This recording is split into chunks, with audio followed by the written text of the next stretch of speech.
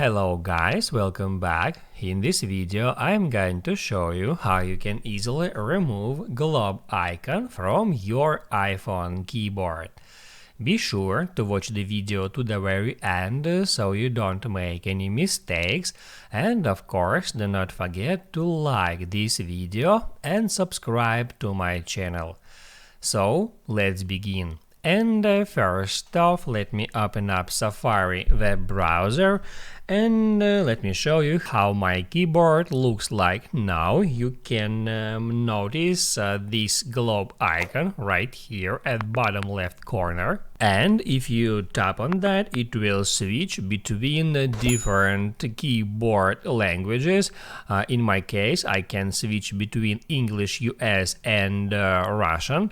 And if you don't want to use multilingual keyboard, if you use just one language, you can easily remove this globe icon from here. And let me show you how you can easily do that. So let's hop out Safari for now and open up Settings. On Settings, get into General, then Keyboard, and then at the very top, tap Add Keyboards. I got three different keyboards here: English, Russian and emoji. And all you have to do in order to remove globe icon is just remove any language keyboards except one.